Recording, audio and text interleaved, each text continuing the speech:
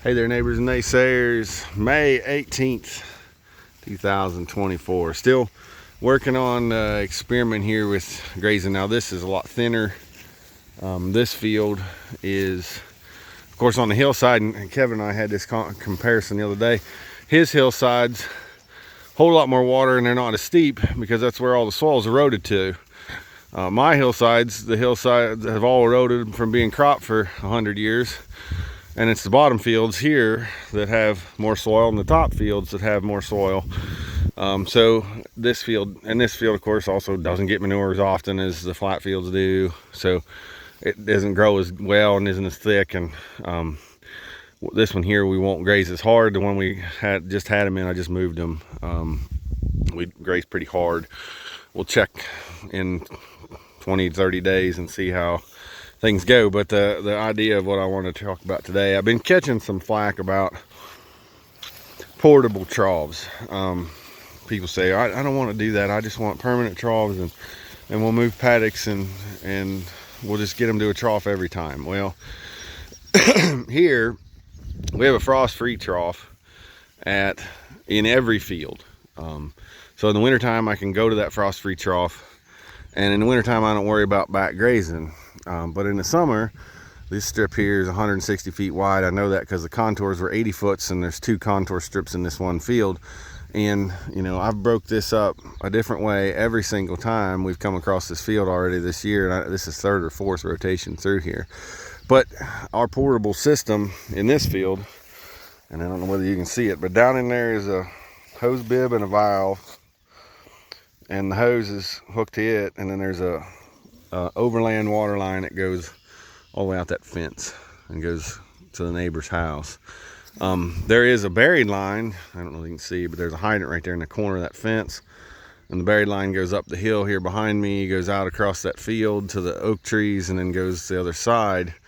This field was tiled, or is tiled, and we didn't want to dig up the tile, so we put the water line around the outside of the tile and then put overland water system in the middle. And that kind of sounds stupid that we didn't want to dig up the tile, but it's because we didn't need to. We got a frost-free trough in the field. That was the goal.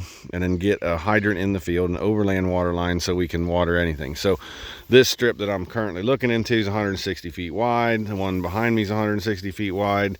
The next strip where the switchgrass is, it's 260, so it's 320, but we usually split it down the middle anyway, so it's 160 feet wide.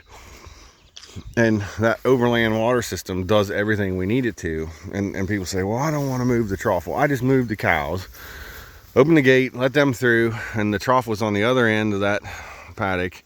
It's about 300 feet long. We just unhooked the hose from the hose bib, hooked the tank on the handlebar of the four-wheeler, and dragged the hose behind us past the hydrant, set the trough. Levi's up here playing in it. He's probably already soaked.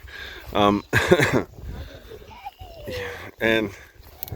hook the hose up, walk back to the four-wheeler, and we're done. We're talking like minutes here, not hours. Doesn't take us a whole lot of time, and that's all we use for 25 cows, 25 calves. And that system actually is just gravity because it's fed from a supply tank up on top of the hill. There's a supply trough. Those ICB totes you're looking at right there, those are left over from when this was all gravity, and I used the gasoline pump. I'm going to use them in another system. I just left them there as storage for right now. You need over the fence? Come on. So a portable trough just doesn't take that much work, and it allows us to put water where we need water when we've got the cows in a particular field. Where if we'd had just a central water in this field, we've only got the opportunity to break it up into 4, 6, 8 paddocks, and we start making pies, and they start grazing funny, and they don't get it grazed correctly, and it's just so much easier for me to have a portable trough. And I've got 3, 4, 5 of them. Sometimes we leapfrog them, sometimes we just carry one. This time of year is really wet, so I don't need to leapfrog them, but when it's really dry, sometimes it's better to have the next one set up when the cows move in so it's already full. We tried 100-gallon tanks. I hated them because they're too big, too bulky, too hard to move. We just use these little guys, and that's enough to keep everybody watered. So that's my talk on portable troughs. I mean, I understand it's nice to have a hard water, and we do in every field, but then we use these portable deals to get things broke up the way we need to get them grazed right. With that, I'll say we'll see you next time.